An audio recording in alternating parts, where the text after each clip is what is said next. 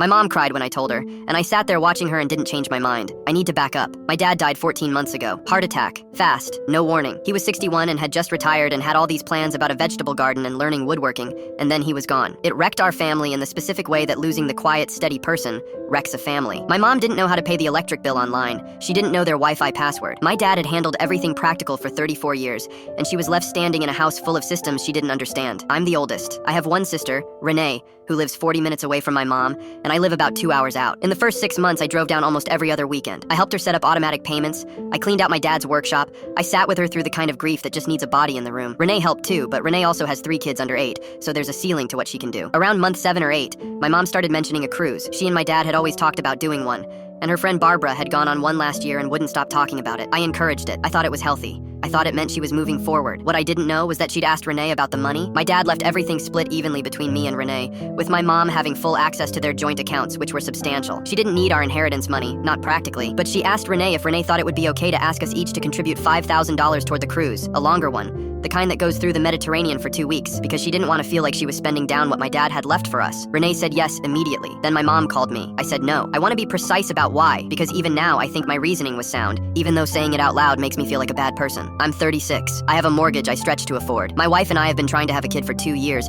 which means we've spent close to $18,000 on things that didn't work. And we're not done trying. $5,000 is not nothing. $5,000 is another round. I told my mom some of this. Not all of it, because my wife and I have kept the fertility stuff mostly private, but enough. I said I loved her and wanted her to go and have the best time, but I couldn't do $5,000 right now. I said the money dad left was always meant for her to use, that there was no version of this where she needed to protect it for us. She cried. Not manipulative crying, just the real kind. The kind where you can hear someone trying to stop and not being able to. She said she just wanted us to be part of it somehow. She said your father would have wanted us to do this together. That one landed. I won't pretend it didn't. Renee called me an hour later. She was calm but cold in the way she gets when she's decided something about you. She said she thought I was being selfish. I said I thought I was being honest. She said mom was already feeling like a burden and I just confirmed it. I said I wasn't in a position to spend money. I don't have to fix a feeling, and that if I did it once, I'd be doing it every time. Renee didn't say anything for a second, and then said, wow. In that quiet way, that means the conversation is over. My mom is still going on the cruise. Barbara is going with her, and 2 other women from her church group, and from what I can tell, she's actually excited about it. She called me last week about something unrelated, and she was normal with me. Warm even. I don't know if that means she's genuinely okay, or if she's just decided to let it go. Renee is still doing the cold thing. Her texts are short and informational. When I think about Christmas, I get a low-level dread that doesn't go away. The $5,000 is sitting in our account.